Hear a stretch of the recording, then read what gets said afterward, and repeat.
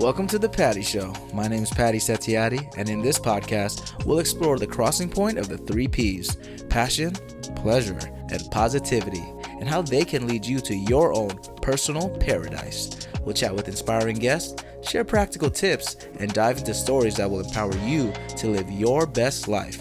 Let's get the Patty Party started. Back to The Patty Show, everybody. Woo!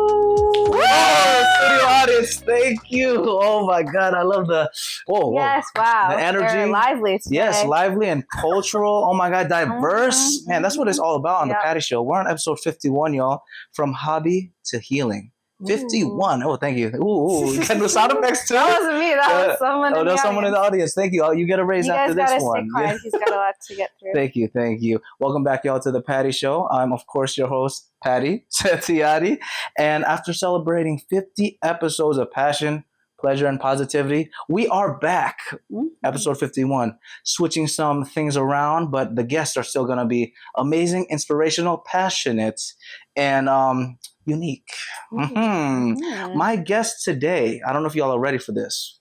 Joining me, she is a multi-hyphenated artist with roots in LA while bringing the Asian persuasion with their proud Chinese American background. Okay, her writing exudes passion, and she is always finding ways to grow and learn. She does a lot of stuff, y'all. A lot of stuff.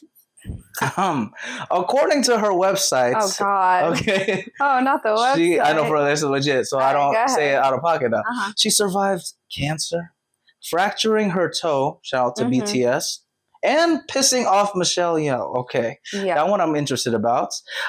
This proud, queer, talented actor, writer, podcast hostess, I guess, because in the past, but has 2 of them, is someone deep that dive. see? You did a deep dive. Wow, okay. It's someone that I get a lot of inspiration from. Aww. I'm so grateful, and to have you, of course, give it up for Juliette. Woo!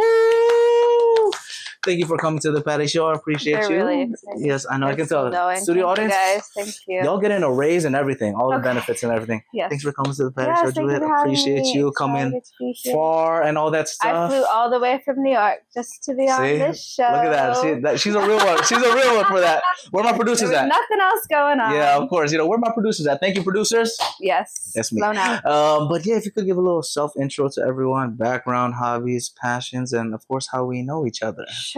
Yes. My name is Juliette Lin. Oh my God, studio audience crazy, man. I'm from Southern California. Recently moved to New York a few years ago to pursue acting, writing, stand-up comedy, on some sketch teams. Yeah, doing a lot of creative things, which is really fun. Patty and I met on Zoom. Yep, shout out Zoom. Stand-up class at UCB. Not during COVID, guys. Okay. Yeah. It was. We'll get to those stories we could have been in person, but for some reason we chose to do stand-up online. It was a very unique experience. Yeah. I'll tell you that one. Shout out to Millie. We miss you, girl. Yeah, appreciate you. She was and the whole great. Class, actually. Everyone was so unique in their own way. That was funny. That was a funny time in the class. I mean, oh my God. I remember, at the end we had like this whole, what is it called? I guess the showcase. Yeah. At the end. And everyone just had their own little spin to it, had their own fun. So fun. Oh my God. My girlfriend was sitting behind my laptop listening to She was the studio audience right there. Yeah, exactly. That was a really fun time, actually. What made you want to do that class, by the way? I've taken some some stand-up classes before in person. Honestly, I paid $50 for that class. UCB discount if you're a diversity student, and then they have like random discounts sometimes. So I was like, why not? Yo, those are the best emails I get. They're like, yo, we're on a flash sale, and then you can stack on the thing. Oh my God. I'm always like, I like the accountability of being in class. It like forces you to write. Absolutely. You have to perform. Like getting a really great teacher to give you notes and stuff. So I was like, why not? UCB, shout out to UCB, especially what's it called? Diversity Scholar Program? Diversity Scholarship. Do that too. You save that money. Link in bio. Link in bio. Speaking of, where's your Instagram, by the way? Your Instagram my Instagram is Juliette Lin. What does the T stand for? My middle initial. Oh. My middle name is Taiyun. Exotic. That's the Chinese, yes, of Chinese. Course. Oh, there we go. There we go. Yeah. Speaking of Chinese, so you were born in LA, yeah? Mm-hmm. Yeah. So families from China? What's the... My mom's from Hong Kong and my dad is from Taiwan. They moved here when they were like in like 18 or 19 for college. They both went to school out here, and then they started their own businesses out here. So. Oh, nice. Okay, and they met before the business started, or were they? Yeah, they met in college. Oh, okay, they met in just in school. I always ask them how they met, and they're always like, like mutual friends, a club. I'm like, you don't remember the first meeting? They lying. You know, these friends are lying out here. They met at the club. Never know. They met at the club. They don't want to tell you. What's the equivalent of a Coldplay concert? You know? Oh God, no. that whole story is crazy on the news. That's too much. Whatever the equivalent is of that. But shout out to the parents because they created you. Look at that. They did indeed. Speaking of the Asian parents out here, you know, I'm sure we all know how Asian parents are. Mm-hmm. How do they, think about your career in entertainment? Yeah, I would say they're actually pretty supportive. I mean, we can get into my whole story later, but like I started acting after the pandemic and post cancer. Mm-hmm. So part of me is like, bro, I survived. Like, you can't really complain. Like, throw anything at me. Yeah, I'm like, you can't be that mad. I'm alive, so you're welcome. No, but they've been very supportive. I think that their biggest worry, just being immigrant parents, is like, can you feed yourself and can you make money to survive? And I've like worked in tech and I've made some money acting, so I think they've at some point just realized like I'll be fine. You're good, yeah. But yeah, they've come to like my short film screenings. They're always like, they've seen all my commercials and everything. So yeah, they're excited. They want me to win an Oscar. So it's gonna happen. I'm like, I am a TV writer that's in a different world. And they're like, no, it's okay. You can still win an Oscar. I'm like, all right, great. Yeah. So that's the bar. For real. I'm glad you mentioned the commercials because she's in a lot of them too. Oh, was it Canva? Mm-hmm. Canva. Yes, I remember. I actually saw that before you posted it. Randomly. Really? Yeah. I was Did you realize it was me? I was like, this is definitely Juliette. I was That's so funny. I didn't want to get canceled, y'all, just in case it wasn't. Yeah. But I was they have my name in it because it's like a Canva, like it's like a work thing, and then it's like Juliette. I was like, my name is on so proud. I was like, you had your purple hair then? Yes. Wow, look at that. Memory. Great memories. Of course, I do a lot of memory. You know how it is. Canva. What else? There were. I know she's like all everything. Testing. I know you did the what's that? John Quino. What's his name? Oh yeah. What would you do? What would you do? Yeah, that was a TV show. That one was a unique one. How did you get cast for that? What's the whole process just a regular audition. I mean, they post the breakdowns on Actors Access, but I got it through my reps, through my agent. Shout out Stuart Talents. And yeah, it was a live Zoom audition. I didn't think I was going to get it because it was like a really emotional scene. And I watched a couple episodes of What Would You Do beforehand, which I think was helpful because it put me in this really like vulnerable emotional state. Because I can't really cry on my own. But if I see someone else crying, that's what makes me like just the empathy of that. So I was just like in the state at a live Zoom. There were some scripted lines that they do back and forth, and then they do some improv. So it was just me and the casting director. And in that Zoom, it was like 14 minutes long. We did it a couple times, but I was like crying. And I think like from that, and I can't cry on cue. So it really just came naturally. And I think the casting director was like, wow, she's so good. She can do it on cue. Yeah, she can do it on cue right now. Yeah. Holy cow. And then, yeah, I had a good feeling after I booked it. I mean, after I had the audition, because he was like, if we don't cast you in this, like, we'll find something else. Like, I think he really was like, oh, she's a good actor. And I think the improv classes helped to just be able to like off the cuff be able to say stuff. So yeah, it was a really fun experience auditioning for that. Oh my God, that's amazing. If y'all didn't see it, do you know what the episode name is by chance? I don't know. I don't know what it's called, but if you go on YouTube and you type in, what would you do? Gay conversion therapy. I remember that was wild. Yeah, you'll see it. It's like me with, I kind of had purple hair back then and like an Asian mom. We're in a diner. It's in New York. And yeah. That was a wild, because the mom too, like she was saying some crazy stuff. It was really crazy. You watched it? Yeah. There was also the guy that was like the so they did a swap. Yeah, so they were like, what if it was a daughter? What if it was a son? But yeah, it was interesting because it was kind of a little bit seen in the episode, but I feel like they cut a lot of it out, which I haven't spoken about this. So, okay, please. Exclusive. This is what we're here for. Is that the guy went first, and there were so many great responses of people being like, you can't tell your son this. One lady, which you saw, was the lady that was like, you need to tell your son that you made a mistake and you accept him for who he was. People were so adamant, like defending him, and were defending him. And for me, then I went next, and there were a lot of people that were like, maybe you should go. Damn! And they were like, some people were like, they were Asian, which you kind of saw, but they were like, we think that you can be who you are, but we just think your parents, for them to feel comfortable, that you should just go. I think that's such like an Asian thing of like, respecting your parents and expecting what they want. But there were a bunch of people that were like, I think you should just go, girl. And I was like, don't make a scene. Yeah. And I think it's like so gendered the way that happens, because it's like, I mean, he's like a guy and he's older. I think people think, oh, he could fend for him. If he had to run away from home, he could fend for himself, or he has to fight with his mom. He can, whatever. But because I'm a girl, I feel like they're like, oh, she's vulnerable and she can't take care of, how's she going to take care of herself? Yeah, she needs to be in this conversion therapy. Yeah. So, or it's just like women are taught to be more like agreeable and to just like do what their parents say. So I thought it was very interesting. I was like, dang. It was only the two younger folks at the end that were like, dang, like what your mom said was messed up. Like, yeah. So damn, anyways, that's the tea right there. Now you know. Wait, so how many takes did you have to do, by the way? I think I did like 5 or 6.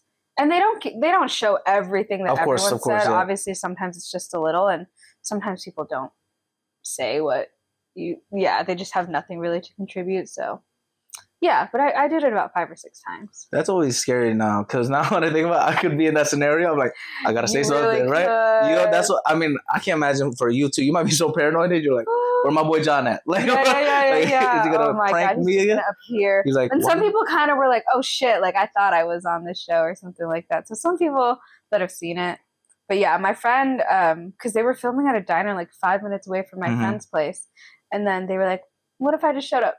And I was like, don't do that. I'm going to get fired. But they were like, what if I just come in? And I'm like, don't talk to your daughter that way. Oh, your friend just makes a scene. Oh, my God. I'm like, I can't. I'm not that good of an actor. How dare you? I know. I'm like, I can't pretend not to know you, though. No, those scenarios, though, are kind of crazy, though. I miss those shows because they used to be, like, so popular in, like, maybe 2010s or something like that. My aunt used to watch so many of like that type of stuff, or, like, the reality TV-ish vibe, but not like Love Island, but more like But I feel like it's meant to be wholesome, and it's meant to like inspire people to take action and speak up against injustice or when they're seeing people being mistreated. So I feel like I was like, oh, I was glad to be part of that conversation. No, it was super cool because I got into a little rabbit hole with all of the different. Oh yeah, you know, there's some unique scenarios. I'm like, damn, like the episode that I was in, there was like a girl that was getting kidnapped at a farmer's market or something. I was like, that is so wild. And then there's people that still didn't do anything. That's actually so crazy. No, I think people stepped in, but it's just like to what extent, or like the person that's trying to kidnap her is obviously trying to talk them down and convince them. So it's just like, how do they navigate? But it's. Yeah, whoever writes those, man, y'all creative out there. I'm not gonna lie to you. Yeah, they're producers. They're good. Their producers go crazy. I think there was one where it was another Asian one, but it was like this Asian guy with a white girlfriend or something like that. Oh, I've seen those. Yeah. And the parents disapprove of. Yeah, that one was crazy. Yeah. I'm not saying that I've lived through that, but like that. Yeah. And it's still like real to this day. So I feel like they're just trying to open up those conversations. I'm glad they did, because those are awkward conversations. Yeah. I've never had that happen directly, but sometimes it happens. It's still like, even though we're in 2025, which is crazy, it feels like some people think it's 1985. Yeah. With their ideas and everything. It's true. But luckily, we live in major cities. You're in Brooklyn area. You said, yeah. How's that compared to LA?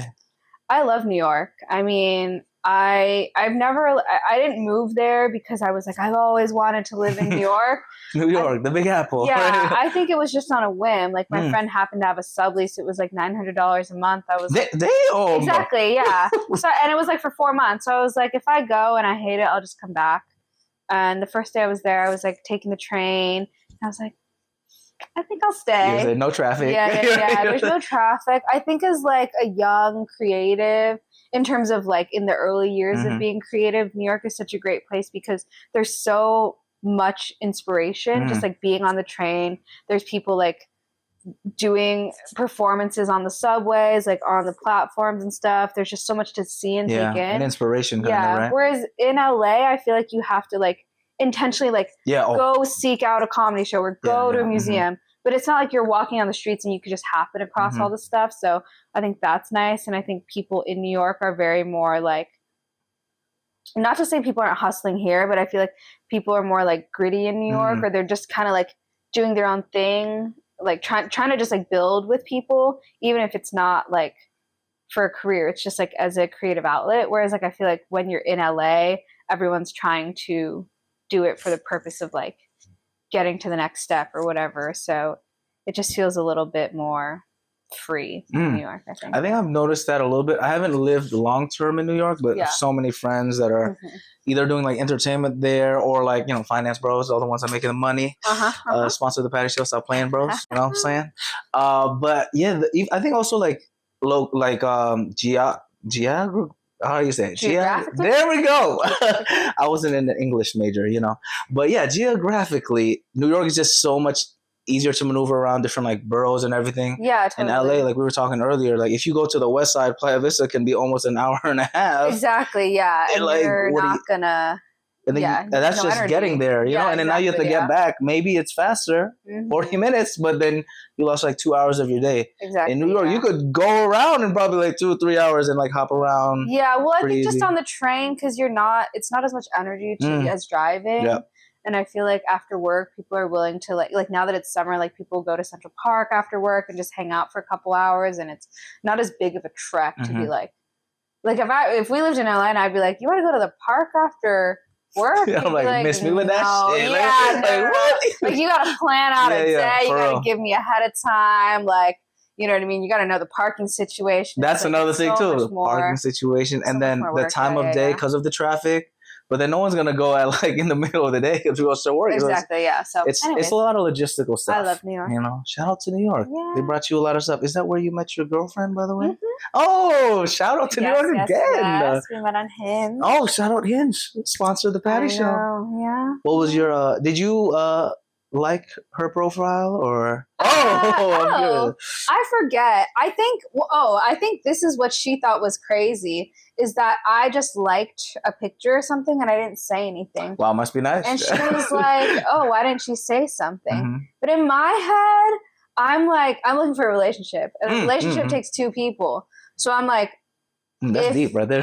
So if I initiated like just being like, oh, I'm interested, and then I am looking for that person to like start a conversation.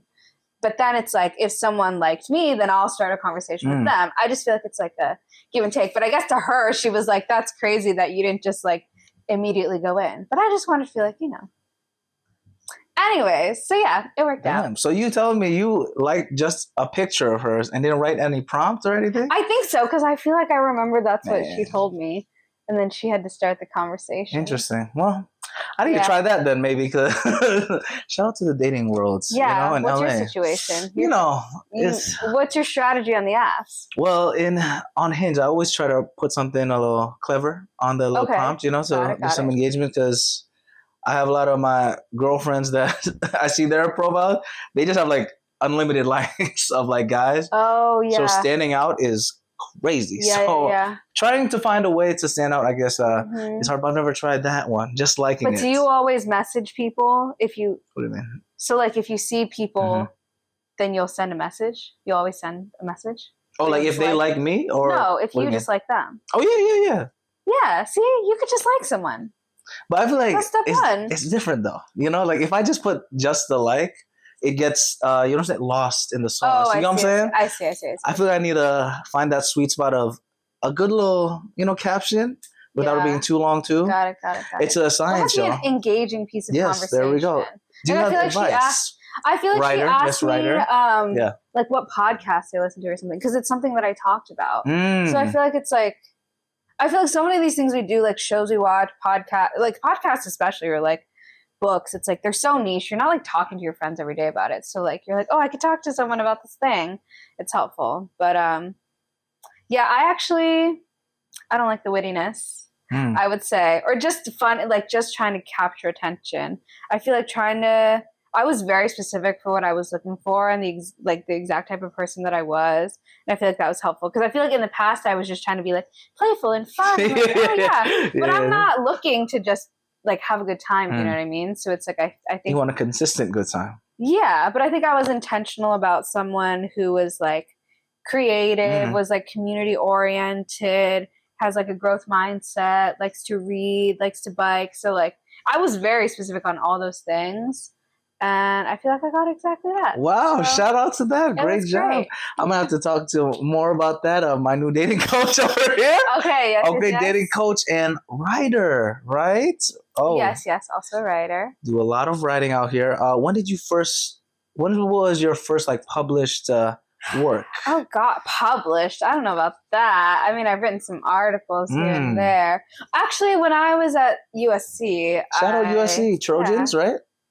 Yes. Yes. I worked at the newspaper. It was like a digital newspaper.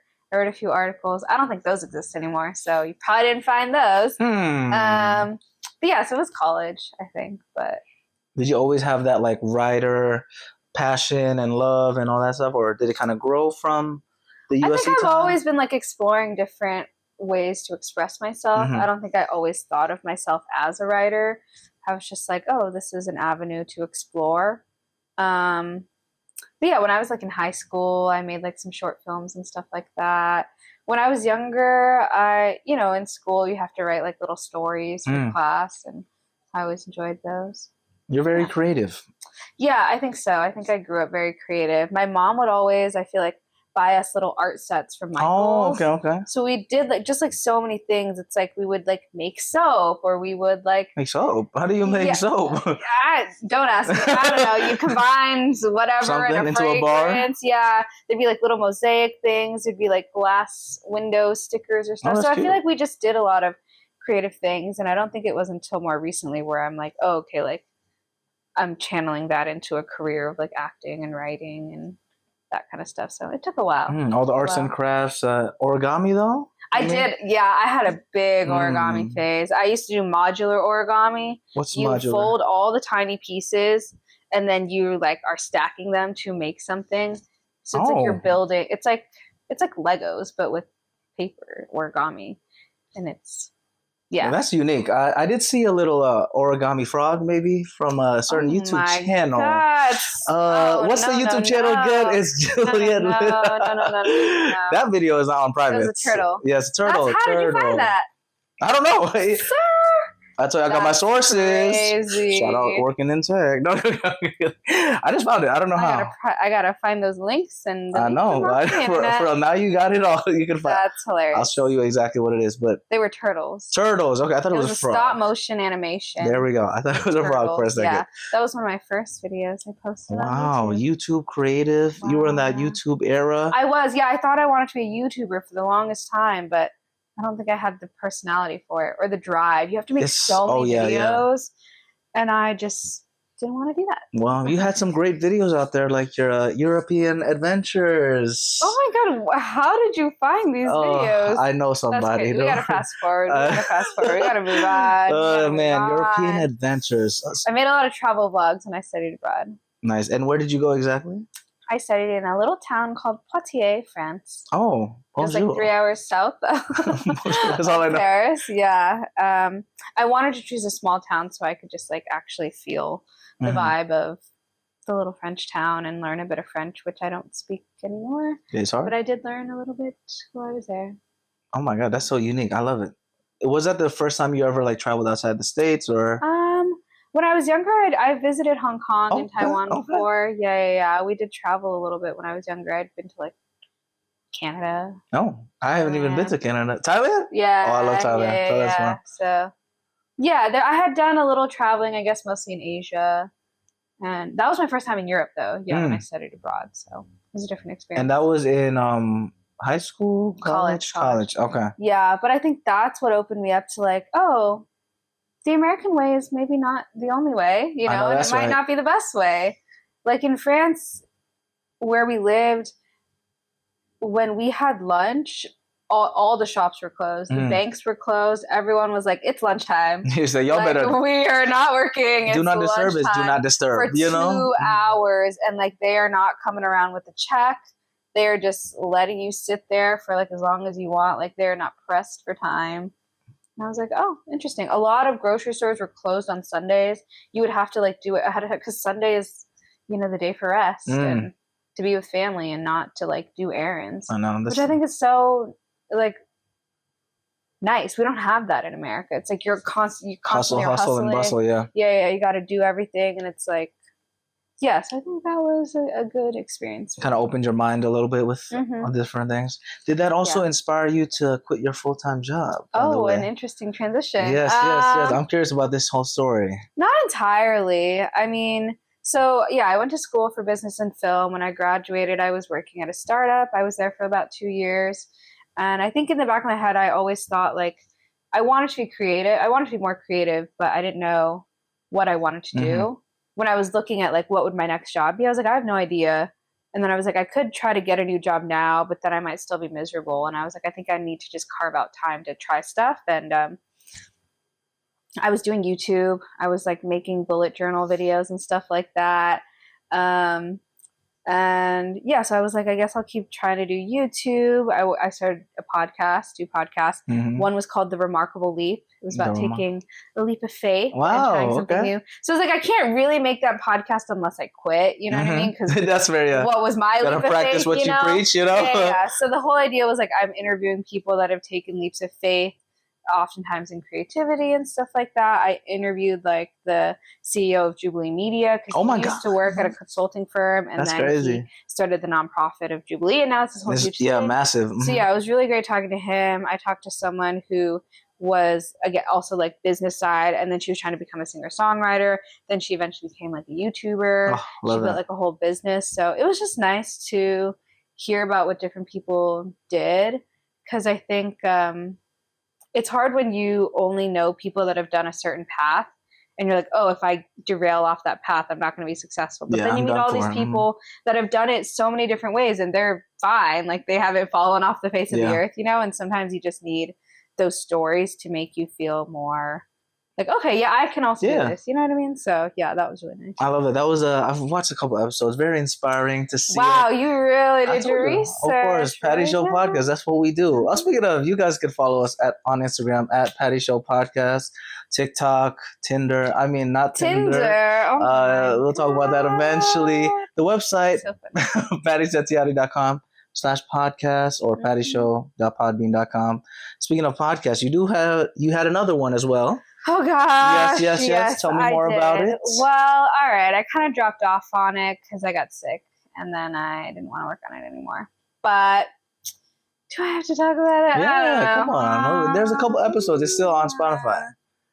Is it? Yeah. What is it called? I forget the name because there was it's hold on, I have it in my notes somewhere. I could just make something up right now. Oh, let me see. I have it in my notes somewhere. I have a lot of notes here. That's why. Oh, hold on. The Privileged Podcast. Wow, amazing. All right. Yeah, I was trying something, and it was a fun time while it lasted.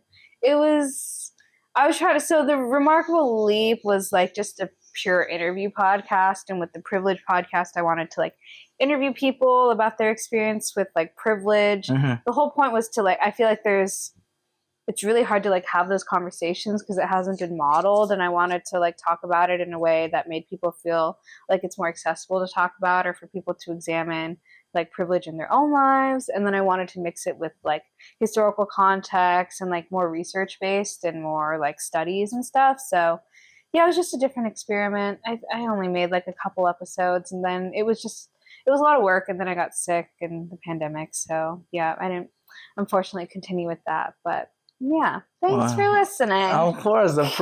You said the Privileged or Privilege? The Privilege Podcast. Privilege Podcast. Yeah. When I saw that, actually, it's funny. I had a random thought like maybe a month ago about highlighting that privileges. This is another P, you know? Passion, pleasure, positivity, personal paradise, Patty, a lot of P's. Privilege. because I had a episode previously with my boy Chris Chayadi. He's Indonesian.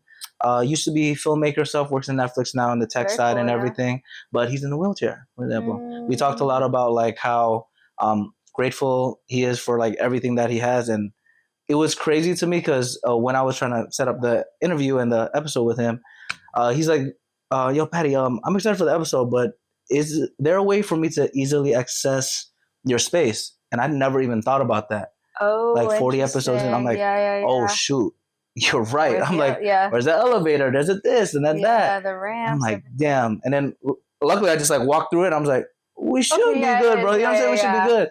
And it kind of really like opened my mind even more because this guy's love you, brother. One of the nicest guys, super humble, like grateful for all the circumstances he's been through. Yeah. He wasn't even born that way. Like he had, like until 14 is when he had his like spine kind of like made him paralyzed essentially. I forget the name of the disease, but it was just crazy. It really just made me grateful and like how privileged I am with that, and the fact that being able-bodied, being able-bodied, having the privilege to also talk about this because going to Indonesia, for example, I went to school there for a couple of years, but seeing people like selling cigarettes or selling like their kids most of the time, doing all that stuff, they don't have clean water. Like it really, I'm just like, wow, the privilege I have is an immense amount. I might be just being born in America. Oh my God, yeah. Huge. And it's something I try not to like neglect, but it's so hard because we worry about traffic. We worry about you know what I'm saying. Totally. I try to catch myself, but also you also have to acknowledge like there's different levels to it, and the fact that I have a podcast is a privilege in itself. Totally. So that's when I saw that podcast, I was like, oh man. Well, I think also sometimes people don't want to like acknowledge their privilege because they want to feel like they worked hard to get there, which is not to say you didn't work hard, but it's just like you have an advantage out the gate versus other people. But also some people view, it's like they don't want to talk about their privilege because then people think they're spoiled or something. And it's like, well, in some ways like you are, but that doesn't make you a bad person. Exactly. So I think it was just trying to like open up those conversations. I'm glad you mentioned the whole like, it's like the pride thing because like I know I work for everything that I got, but I also have to realize, there is privileges, man. I'm a man. Like, you know what I'm saying? That's one of the big ones. I'm a man, able-bodied, in a first world country, debatable. Debatable.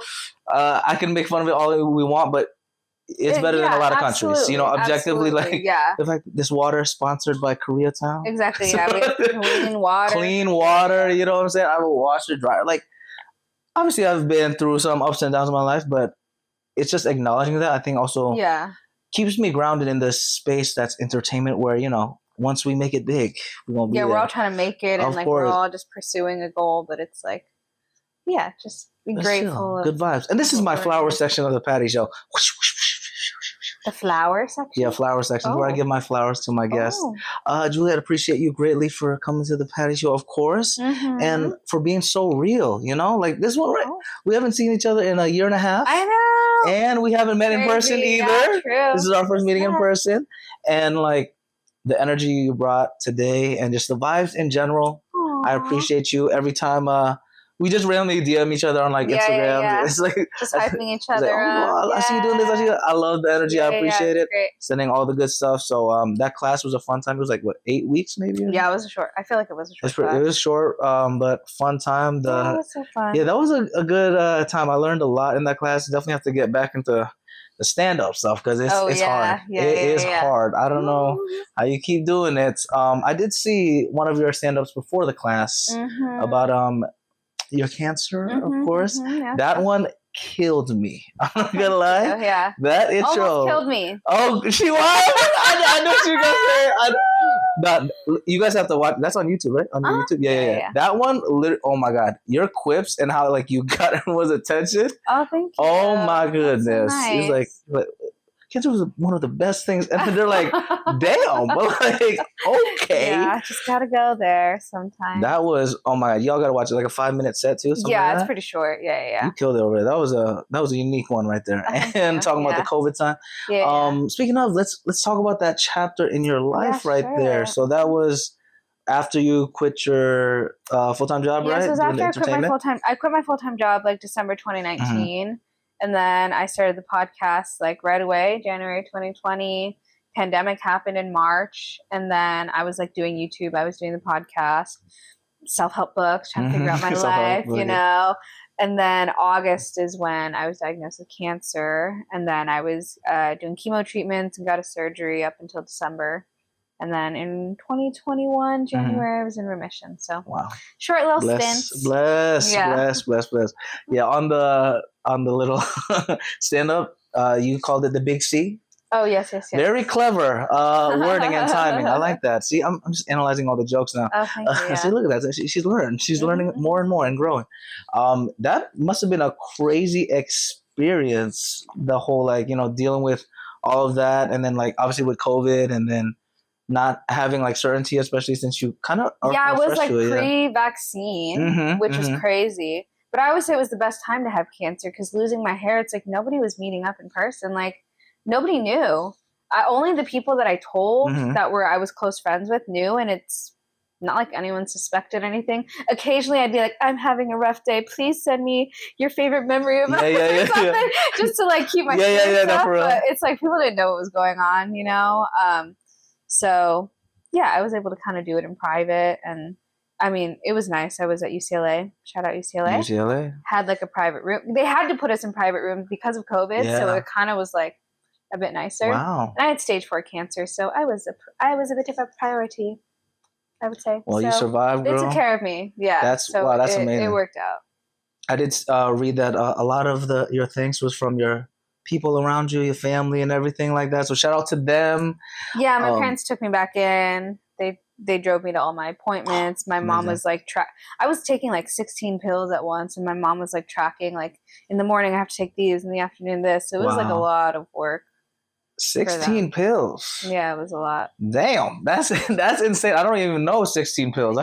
I know multivitamin, vitamin D. Yeah, I couldn't tell you. Magnesium. 16, so I have no idea. That's insane. A lot of drugs in my system. A lot of drugs. I think that's how you let in that's the. I say I've done a lot of drugs. And then everyone's like applauding. Like, woo! And I'm like, because I had cancer. And they're like, oh shit. They should have stopped. They're like, oh no, but it's still funny. Nah, that was a good. She's genius, yo, the writing. Because also, I remember vaguely our performances. You were talking about your girlfriend. Girl, I don't remember. I know it's been a while. I don't know about. I remember there was one time we were talking about your girlfriend, and she's Asian too. Yeah, she is. Yes, and I think you mentioned how people can't tell if y'all are siblings. Oh my god, that's what I talked about. Oh, that's crazy. Yes, I remember. I just remember that very vividly in the class. There was one specific time and it was for my birthday. We went to like some like deli to try to get like, I don't like make a charcuterie board, and then the guy was like trying to ask us if we were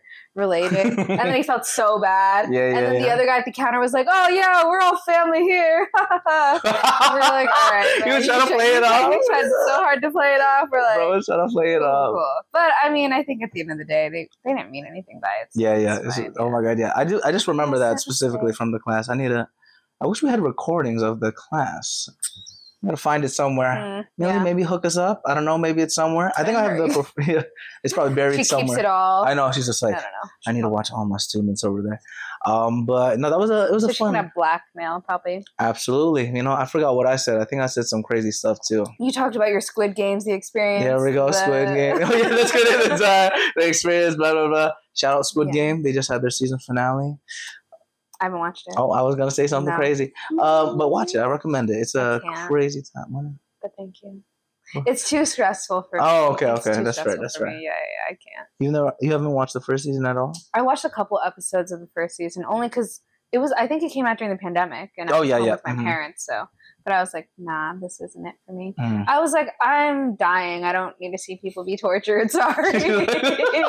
Actually, very fair point. I'll give you that one. That's don't watch it then, because there is a lot of that. Okay. I think post cancer, I've very much been like watching stuff that's like fun and hopeful and joyful, and like there are some things that I will watch that it's a bit darker, but I'm like, oh, I've been there. Why do I put myself in there? You know what I mean? It's I just need a flashback if I want to see. Like I've been through some stuff. I'm good. Yeah. That's so I honestly don't like horror stuff, to be honest with you. Yeah. My siblings, my sister, for example, she's 10 years younger than me, and she loves like the horror. I'm like, there's something wrong with her. We She's love had you, too honey. happy of a life. Maybe, yeah. Which is, I think is a good thing for me. You know, you know, that's a big family. Oh my God, that's crazy. Yeah. But wait, so for that, when it comes to that, then would you ever act in a horror film? Then I've auditioned for a few, and I'm gonna be in something that's a bit witchy, and there's a bit more darker stuff. So I think it all depends. It all depends on the characters, the story. I'm not opposed to it, though. Okay. I think I'd be great in a horror because none of it would be acting. I would just actually be scared, and I would be terrified, and you would see it in my eyes. Well, then that's all. It's all in the eyes, you know. Yeah, the camera work. Someone needs to cast me in a horror. In a horror, we'll make one. Patty Show Productions is gonna make a horror movie about something.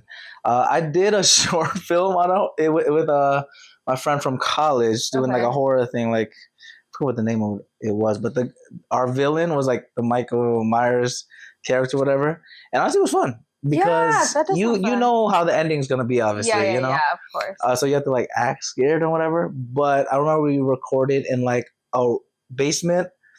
Yeah, it really sounds crazy. That's basement so creepy. Music room in our campus that was like pretty abandoned. Nope. Yeah, I know. It was some white people stuff. I ain't gonna lie. My most extreme experience as an actor was we filmed at a morgue.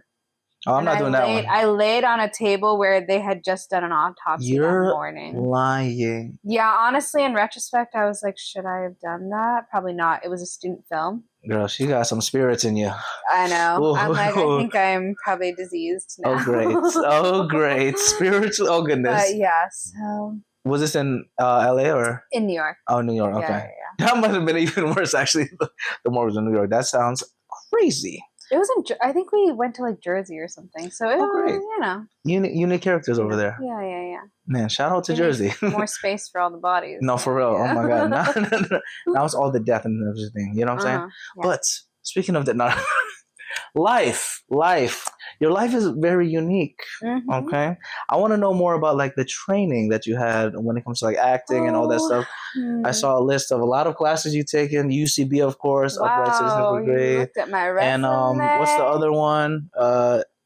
Margie Haber. Haber Acting Studio. Shout out. A lot of places. I think what's nice about, because I didn't train in college, like I wasn't like a theater major or anything like that. But I feel like often those classes can feel very restrictive, or like even if it doesn't mesh with you, you're like, oh, I have to take this to be a good actor. But I feel like because I started in my 20s, I could audit classes and be like, do I like this style? Do I like that style? So I've done a lot of different techniques, which I think is really helpful. Some are more focused on like specifically on-camera training. Some are commercial. Some of them are really like foundations of acting, which I think has been really helpful. So I've had a lot of good variety of training, which is fun. What advice would you give for someone that's like, I wouldn't say later in the journey, because like there's some kids that start like 5 years old. Yeah. Everyone has their own kind of thing, but like you said, you started more around like mid-20s, around that. What advice would you give for someone in that age range? I think what was helpful to me, I will always rec my friend Jackie Jung. Jackie Jung, come on. Where's she at? Busy. She's in LA. LA, okay. But I started working with her one-on-one. Oh. And I think that was really helpful because it was like she had so much training. She had like a degree from USC, the School of Dramatic Arts. Okay. And she studied so many different techniques. And so she was able to like pull different things and be like, try this. Do you like this type of like sense memory type? Or do you like this type of thing where it's more like substitution? And having that safe space to try it out. Because I feel like when you're in an acting class, let's say it's like 3 hours, but you yourself are probably only acting for 10 to 15 minutes. And it is really helpful to watch other people act as well. But sometimes you just need to like, to get it off the ground, like work with someone one-on-one. So it's like every week I would work with her for like an hour and we'd do different texts and she'd help me with different things. So I think that was helpful. And then other than that, I would say get into like a fundamentals of acting class. So another early class I took was like, there were no scripts. There was no preparation ahead of time for class. You would show up and our teacher would like give us a scenario. It wasn't improv. I guess it kind of was a little improv-y, but you're more thinking about your character and your motivation. And I think that was really helpful. Because it can be so intimidating. Yeah, that's a lot. In an acting class, yeah. And honestly, I think because it was during the pandemic and it was on Zoom, a lot of the class, well, all those classes early on, it was easier for me because I'm naturally more of an introvert. And I had taken like an improv class in 2018 in person, and I just felt so like small, and I just felt like everyone was so extroverted, and everyone's like doing bam, bam, bam. Yeah, it's like, yes, hands. You know, exactly. yeah. But it's like when you're in your house and you have to do these scenes, and they're a little emotional. It's like a little easier because you don't actually feel the energy of all the people there. So I don't know, maybe take a class on Zoom. There we go. Shout out to, I mean, that's how we met. So shout out to Zoom. Yeah. Especially if you want to be a TV actor, it's like, oh yeah, you just have to be able to learn to be on camera. Talk into the camera like this right here. It looks a little crazy. Like my grandpa probably would think I'm wild. Love you. Why are you talking to your TV remote? Yeah, TV, exactly. The TV remote, exactly. Improv though. I'm glad you mentioned improv. Man, improv is, for me personally, yeah, I know what you mean. It's unique. Yeah. I took a not a class, well, kind of like a class, but like a audition for the groundling school. Okay, got it. Fun time. It's like you mentioned, everyone's just so like boom, bam, boom, bam, boom, bam, bam, boom, all that stuff. So it's kind of hard to. It's a lot to take and jump in and feel comfortable jumping in and being part because you don't know anybody here. Like, I'm gonna say something out of pocket sometimes. Not saying that I did. I passed it thankfully, so that was fun. That was fun. Oh yeah, it was a fun time. But it's also because the thing with improv, you really don't know what your partner is gonna say. Totally, yeah. And then like whatever that prompt is to set up, it's like. But it's helpful because you have no control. And that's what you need to accept as an actor is like, even if you rehearse a scene a certain way, like whatever that other person's bringing you might be so different than you thought. And if you just do it the way you did it, it's going to be like, you're not even responding to that person. Yeah. So improv is helpful. Yeah. It's a lot of like you reacting to it kind of thing, you know, the different technique. Look, we're learning from the master herself. What do you think is your style of acting right now? If you had to shout out any of those techniques and describe it to the people out there. I mean, I feel like Stella Adler and like Meisner, what they talk about, like acting is just like finding truth in the scene. And so I feel like very much coming from that approach of like thinking about yourself and how you would react to these situations and what makes sense. Just coming from that. And then I think also just having like the improv background helps a little bit to just like build out the moment before of the scene and afterwards, just like to have a full life. But yeah. Wow, look at it, all the technique over here. See, we're learning everything about her. Very well versed in a lot of things. Speaking of well versed in a lot of things, this isn't your first podcast. Oh my god! Right? You've been in other podcasts as well. This Taco something. Yeah. Taco Tuesday, something. I forget the name of it. I don't know what it was called. Exact one. Podcast. Yeah, that was your friend over there? Yeah. Shout out to her. It sounded like a fun episode. I had to zoom through it because there's a lot. That's okay. But I remember you mentioned tacos specifically. Did I? Well, that's their whole thing. Oh, their whole thing is asking what your taco order is. Yes. What is your taco order? Well, I can't repeat it. What has it changed since, though? You know what I'm saying? Like, what if it's different? Well, my LA taco go-to is like guisados. Have you been? No. She's gonna kill me. She's gonna kill me. Guisados, they make their own tacos. Where is that, though? There's a bunch of locations. Oh, there's a lot of guisados. Yeah, I'm sure there's a ton near you. I can't remember the names, to be honest. I remember there's one in San Diego I liked a lot. Gorditos, maybe? Okay, yeah. Yeah, that one was bomb. I can't lie to you. The other one is, how do you say it? Cool. Guisados. Guisado. Guisados. Is it a branch or is it a family owned? They have a few branches. I don't know their story. Okay, well, we'll find out. Shout out to them. But I always get a bunch of their different tacos. Oh, that's it? The variety, the smaller? And they have a good horchata. Oh, okay. Espanol over here. You speak a little Spanish, though, don't you? Bit, yeah, a little bit. A little bit. I saw on your resume. A little Spanish, a little Mandarin, of course. A little bit Spanish, yeah. Yeah, I was just in Mexico with my girlfriend. Got around with Spanish. Oh, nice. Where in Mexico did you go? We were in Playa del Carmen for a friend's wedding. Where's that one? More west? Like the coast, east. East? North. Okay. Oh, yeah, because you're on the East Coast. Makes sense. I went recently to Puerto Vallarta. Nice. That place is fun, I'm not going to lie. And then I did Tijuana. Oh, amazing! Yeah, from San Diego. Took that was another moment where I realized my privilege too. Being a U.S. citizen, I had the global entry. Oh, absolutely. Obviously, getting there, took a little while because American to Mexico, but Mexico to back to the US, it was crazy. It just like, I was like, damn, like these people are waiting in these lines, you know, no, like, probably no guarantee, to be honest. And then the lines were like massive, and it just made me grateful that I could just like zoom through. Oh, that's amazing. They'd even check my fanny pack that I had on. Shout out to fanny packs. And I'm like, I don't know if that's safe, to be honest. Yeah. Well, I didn't smuggle any drugs. I only know 7 of them, not 18. You know, so I was good. It was a really transformative experience. If you guys go to Tijuana, I recommend hitting up Hong Kong. Hong Kong? Yeah. It's I don't know if I can say on the podcast because my mom watches this, but it's a club of sorts. You know, a lot of diversity there. Fun time though.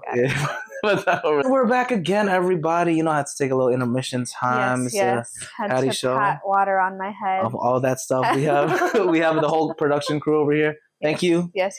Thank you for my touch-ups. Yes, all that stuff. I did want to ask about this whole TV writing, like mentee stuff that you do. How's that whole process like? Yeah, so I'm in a program called Hillman Grad. It's run by Lena Waithe's production company. It's like the nonprofit arm of it. So it's really great. I started in April. I'm in the writing track. So there's 3 tracks. It's writing, acting, and there is an executive track. People that want to like be creative execs, big boss, and stuff like that. Yeah. So it's really nice. I'm in the TV writing track, and we had to submit a pilot to get into the program. So the pilot that I wrote was based off of my personal experience having cancer, being in remission, moving to New York City. The pilot episode is centered around this girl who like runs away from home, like leaves her parents' house and moves to New York. And when she gets there, her like life-saving pills, like her medicine, gets stolen, and she has to decide between like if she's going to try to like hack it out and figure it out, or if she's just going to go back home. So that was the pilot that got me into the lab. It was a half-hour comedy. Yeah, it was very personal. So I think that was what really stood out, just like my voice that I brought to it. And then in the lab, each of the writers are working on our own scripts. So I'm doing another half-hour comedy. It's based in the world of K-pop. It's about this girl who goes undercover as a trainee at a K-pop academy. She's like hired by someone, but while she's there, she discovers her own love of K-pop. And so there's this conflict between her wanting to actually be a K-pop idol versus like completing this mission that she was hired to do. So yeah, it's been a lot of fun. Currently we're like halfway through the program. So we've done a couple drafts of the script. We just got paired up with an executive mentee who is going to give us development notes on it. They're going to help us just continue crafting it out. And then at the end of the program, we're doing a staged reading of the sort of polished version of the script. So it'll be a really fun process. They have like a casting director that we're going to work with. So they're going to like audition actors for it and stuff. So it'll be fun for us to kind of see both sides. And I think, whole process. Yeah, because I'm also an actor. It'll be really fascinating to be part of that. And yeah, so it's really fun so far. And that's why I'm back in LA right now, because they flew us out for the middle weekend to read some scenes from our scripts and just let the actors and execs hear it. So yeah, it's been really great. I'm so grateful. Our program director, Michael. Shout out Michael. All the shout outs over here. Come on. Yes, he's been really great in guiding us. And yeah, it's been great. Wow, I love that. I love how you mentioned the K-pop stuff, because we do have to go back to this K-pop story of you dancing. Oh gosh. Yes, okay. I'm curious about this one. It's on my website about how I fractured my toe taking a BTS dance class, which is true. So what essentially, move was the thing? No, here's the thing, which I blame the instructor. Okay. Because no shout out to them. No shout out. No shout I out. won't be dragging anyone's name. This is the tomato section of the Patty Show. Yeah. But she was like, because there was some kind of like sliding and grooving in the thing. So she's like, if you guys want to take off your shoes, you can, but you don't have to. Okay. But I think there's a bit of a problem with some people have their shoes on and some people don't. Yeah. So I took my shoes off. And then, you're dancing and some people get off beat and then someone steps on your toe and they're fully wearing shoes and they crush your little toe. Ooh, that sounds terrible. Yeah, it was really bad. And I didn't think it was so bad. Like afterwards, after the class, I just kind of sat in their little lobby area for 20 minutes because I just thought it was a little sore and I was just waiting for it to heal. And I was like, this is not getting better. It's not getting better. So I had to take a lift to like the urgent care. Oh my God. And they did an x-ray and he was like, yeah, it's fractured? fractured. And I had to wear a little boot. And he was like, you shouldn't exercise or use it. You should try to be on bed rest. But I was looking for a new apartment at the time. So I was like climbing up and down stairs. I was doing way too much on that boot. So Damn, it took a bit longer to heal than it should have. But yeah, I don't blame BTS. And just the instructor. We don't know. Yeah. We won't say the name. We won't say the name. Yeah, but obviously she didn't do it on purpose. But I will say, don't take your shoes off in a dance class. That's the words of advice right here. Yeah. Oh my God, that's don't insane. Take your shoes off. I'm glad you put that on the website because I was like, this is very unique. I'm like, I never thought of that. Actually, that would actually happen. Mm-hmm. The final thing that I want to know about that on the website. What happened to Michelle, Yeoh? What happened, yo? Well, see, this is a story that I'm trying to save for late night. Come on. This is a Patty show. This is late night too. Come on, stop playing. All the late night shows are getting canceled, so Patty show is not canceled. This is true. Not just yet. Essentially, what happened is that I was here in LA. I was volunteering for East West Players. It's the longest running Asian American theater company in LA. Do some voice acting with them? Oh, okay. Cool. So they had a gala where they were honoring Michelle Yeoh. I love Michelle Yeoh. And at that time, Everything Everywhere All at Once had come out. I purposely went to go watch it that morning so that I could have seen it. So obviously, I know who Michelle Yeoh is. So I get to the volunteer thing. I get assigned to work check-in for VIP. VIP, and this was 2021, 2022. So it was COVID. So they're like, even though they're celebrities and whatever, every single person, you have to check their ID and their COVID vaccines. The girl literally said, even if it's Michelle Yeoh, she literally said that verbatim. And I was like, got it. I got to do my job well. So the night goes, people come through, everyone's fine. And then eventually Michelle Yeoh pulls up in her black Escalade or whatever in her gorgeous green outfit. She has a whole bunch of people around her. And everyone knew that I loved her. So they were so nice. They're like, Juliette, you can check her in. I was like, thank you so much. She comes up to me. And I'm like, hi, COVID, vaccine and ID, please. And she hands me her phone with the COVID vaccine, whatever. And I was like, cool. And can I have your ID? And she was like, if I need your ID, or if you need my ID, we're going to have a problem. Oh! I know. She was joking, of course, but I was like, woo! I'm so scared. And then the lady that was my volunteer coordinator, she was standing right next to me. She was like, oh my God, so sorry, Michelle. No, you're all good. I was like, wow, they gonna switch up on you like that? That's crazy. I know. I probably could have handled it better. Michelle Yeoh, I know who you are, but I have been asked to check ID. Yeah, I kind of played it off I didn't. I didn't want to act oh my God, I love you, blah, blah, blah. Yeah. But she probably just thought, this girl doesn't know who I am. She's like, how? So, yeah, I feel she was a little she is the honoree of the night. And I'm like, can I get your ID? For real? Actually, can I just double check who you are? It's so hard though to maneuver that because I had something similar where actually the Squid Game trial experience of the whole thing. Will Smith was one of the guests. Oh yeah. And then I was doing parking that time, and there was obviously you can only park if you're VIP or whatever. Yeah. So they would always tell us oh, make sure you see the barcode, all that stuff. He didn't have a barcode. But I was like, this is Will Smith. I was like, come on, this is Will Smith. Yeah. I was like, I had to give him a little fist, but I was like, I know this is Will Smith. He pulled up with his Lambo. I'm like, it's right there, boss. I was like, I couldn't. Oh, thank you, my man. Thank you. I was like, okay. Yeah. So you didn't mess up because you knew that you didn't need. Well, I was too scared because it was Will Smith. You know, I'd be like, got it. But you weren't sorry, where's your VIP? No, I could never do that to my boy Smith. Love you, Will Smith. See, that's how I should have handled it. But the lady, because people were watching you, right? That's it. She was the person that told me, and she was standing right next to me, and she literally said, "Even if it's Michelle Yeoh." Yeah, so I was like, "And do you have an ID?" Yeah, see, because if they weren't watching you, you probably would have been like, "Yeah, girl, let's take a pic real quick." I would have totally. Luckily, no one was watching me, or actually the security guard. Again, I blame the come on now. You gotta be some chill people, when you're working. Luckily, the security guard that was there, he was chill too. He was the homie. That's great. He didn't work for like the Squid Game people, but for like all of CBS. Okay, got it. And technically also, you know, he was supposed to make sure I did my job. Got it, yeah. But he knew like, I mean, it's Will Smith. He's in a Lambo. Yeah, for real. Like, you know. Goes to street parking. For real, yeah, bro. Sorry, bro. Like, yeah. This one right around the corner. So, yeah, just some metered parking over there. Yeah. So you need a quarter, I got you. I got you, bro. Yeah. I got you. You know what I'm saying? Fresh Prince of Patty. You know, the new show. Yeah. That's so funny. Celeb stories are insane. Yeah, hopefully one day she'll well, hopefully she forgot that. Yeah, it'll be a full circle moment. There'll be a moment where we get to work together. There we go, full circle moment. Speaking of, now we can finally talk about our talking points. Like I said, I did a lot of research about you. I wanted to know a lot about you. Our first talking point about passion, very passionate conversation we had so far about everything. How has your passion with like entertainment and everything helped you or others heal, grow, or reconnect with joy?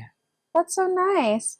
I think what's nice about being an actor is you get to play all these characters and you get to tell all these stories, especially being Asian, especially being queer is like so underrepresented, and just being seen on screen, I think makes other people feel so seen. But I think also like just being able to inspire people as being like a creative and as being like a writer and an actor. I feel like in the past, I used to be so like wanting to help people so one-on-one, like, oh, what do you need? What can I do for you? And then I realized like, oh, if you just live your own life, like you can actually just inspire people by what you're doing. Wow. Because people are like, or I'm in a corporate job, but I want to be more creative, or I'm doing something I don't really like, or I want to try improv or something. And just for them to be able to see that I've done it, they feel a little bit more comfortable. So I feel like that's a little bit how I've been able to you're help practicing people. What you preach, like your first podcast, you know, I think that's a good way to live life, leading with example, kind of. Yeah, totally. Instead of just like talking like, okay, so, you know, you hate your job, just save for 1 year and then do it. Sometimes it's just nice to see like you killing it over there, doing all the different commercials, all the different projects, the mentee stuff that you're doing. It's like, it's inspiring, like I said in the original stuff. So it's always nice to see other people in the circle, like inspiring, especially people that are also Asian or like that identify in similar ways, because it's thankfully now there's so much more diversity now, like than you know when we were growing up. Like you know that's why we love actors like Michelle, for example, because she was like one of the only ones. You know what I'm saying? Or like seeing those other people like that. So it's really inspiring. Thanks for sharing that, Miss Passionate over here. Connecting on the passion, let's move to joy. Okay? Pleasure, making joy a priority. How do you make space for the different pleasures in your life, even with a busy schedule? Like you said, like I said, multi-hyphenated, y'all. She does it all. Like a little writing, acting, improv, stand-up still? Doing some stand-up? A little bit, yeah. And I'm on some sketch teams. Yeah, sketch teams. See, look at that. Just keep listing it. Yeah. I think it's just prioritizing what's important to you. I mean, to be honest, I'm not working right now. Like I had a full-time job until towards the end of last year. And so I'm mostly focusing on like acting and writing now. So I do have a lot of free time, but I think it's just being intentional about it. Like I spend a lot of time with my girlfriend, and most of my friends in New York aren't in the industry. Like they're not actors and they're not writers. So we just make time to like hang out and like host different events together, which is nice. But yeah, that's interesting. Nice. Okay. Do you think it's I wouldn't say better is the word, but like, do you like having friends that aren't in the industry? Oh yeah. When I lived in LA, all my friends were in the industry, and I love them. I'm an artist. Right? They're so caught up in their work drama, and just it's such an all-encompassing job to be an actor or working in the industry. It's like you can easily just be comparing yourself to other people and being, I'm not this far, I need to put in more work. Whereas in New York, I'm like, my friends are like, I have a doctor friend. She's saving lives. My girlfriend works for the city government. She's like actually impacting the art, you know, like how things actually work. And I'm like, oh, cool. I'm an actor, but it's not like, I'm not doing anything that crazy important that I can't spend time with friends and I can't be happy. So it's like kind of, I feel like also that's important with art, because I feel like I've learned so much from just doing stuff that isn't like artsy, so you have to live life. There we go. Totally. That's one of the biggest things I've realized. Like when I did a lot of solo traveling, for example, I was scared that I could never come back into like acting or entertainment or like even like hosting and everything. Yeah. But I realized since I did that, oh my God, I can Your connect world the has dots. opened up. Absolutely. Yeah, you just have so many more reference points. Mm-hmm. Like, yeah, and I think especially as a writer, because you're writing from your experience, and if you're staffed on a TV show, it's like they want to know how your week has been. Like, what were the challenges you went through? What's like the random shit? Mm-hmm. And if you're just sitting at home all day, it's like you have nothing to talk about. So especially as a writer, I think it's really pushed me to like try new things, have different experiences, go out and like just be part of the world. So yeah, I try to think of it as it's part of my creativity, and that helps sometimes because I feel like a lot of us are very like productivity oriented, absolutely. but just reminding yourself that it is part of that, part of the journey, just gives you the ability to be like, okay, so I do have to make time for it. Yeah, and there's always like ups and downs with the journey, and that kind of leads to my third talking point about positivity, the light through the journey, all that stuff. What keeps you optimistic when like progress feels slow or uncertain? I mean, for me personally, I don't like to stay in one place for too long. Oh, interesting. So I think even though I've been pursuing acting for like 3.5 years, and I've made some like small progresses, like booking things here and there, and seeing stuff come out is exciting. But then it's also like, what other aspects am I growing in? So like, it's like I will take improv classes. I was on an improv team all of last year. This year I've been doing like sketch. Earlier I was doing like stand up. So I feel like I'm always just trying to like keep learning and keep growing. Like this year I'm also doing writing.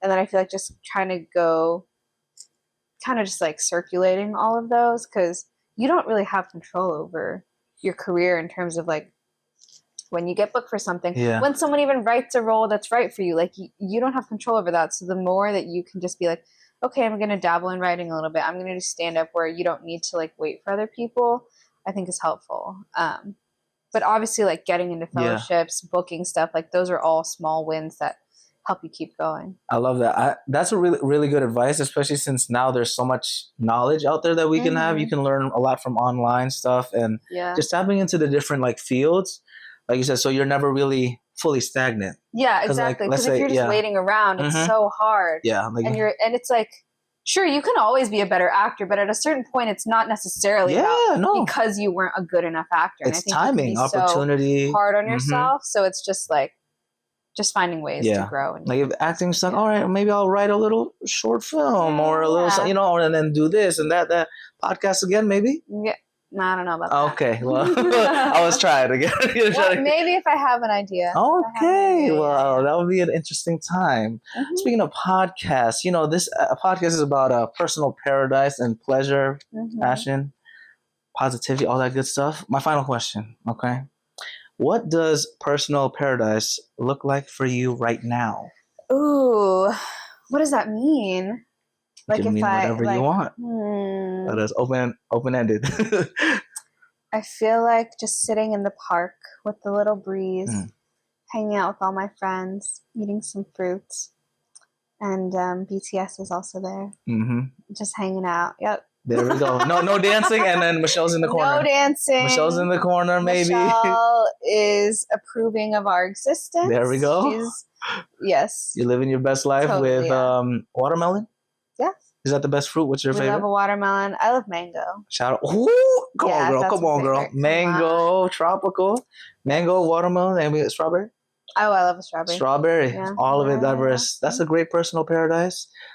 Great time. Super grateful for you again. Yay. All the blessings. Where can they find you again on Instagram? Juliette Lin. Juliette Lin on Instagram and other platforms. What's your website again? It's Juliette Writes? Juliette Lin Writes. I love that. .com. Don't play now. Appreciate you again. Any new projects you want to tease out there? No. She has a lot on her website, and everything like that. But yeah, I'm working on some TV pilots, so that's kind of what I'm okay, exciting stuff. Well, we appreciate you so much. Thanks for flying all the way, of course. Oh my gosh, yes, of course. You know how it is. We're so grateful for coming on the Patty Show. Yes. Y'all can find us at Patty Show Podcast, TikTok, Facebook, Instagram, all of that. PattySetiati.com/podcast. And then pattyshow.podbean.com. All the good vibes. Hopefully we have another collab for something in the future. Yeah, that'll be great. Fun little project. But we usually like to end with a little arigato. I'm not I Japanese, see. but I just love that word because it I means, see. thank you. And I'm grateful always. So on three, whenever you're ready. 1, 2, 3. Arigato. Thank you, everybody. Thanks for joining me on this episode of The Patty Show. I hope you had as much fun as I did exploring the crossing point of the 3 Ps: passion, pleasure, and positivity. If you want to keep the Patty Party going, follow us on Instagram, TikTok, YouTube, and all social platforms at Patty Show Podcast. Share this episode and leave a positive review. PattySatiati.com/podcast, as well as pattyshow.podbean.com, have got more of your Patty Show needs. In the meantime, keep passionately pursuing your personal paradise. Arigato.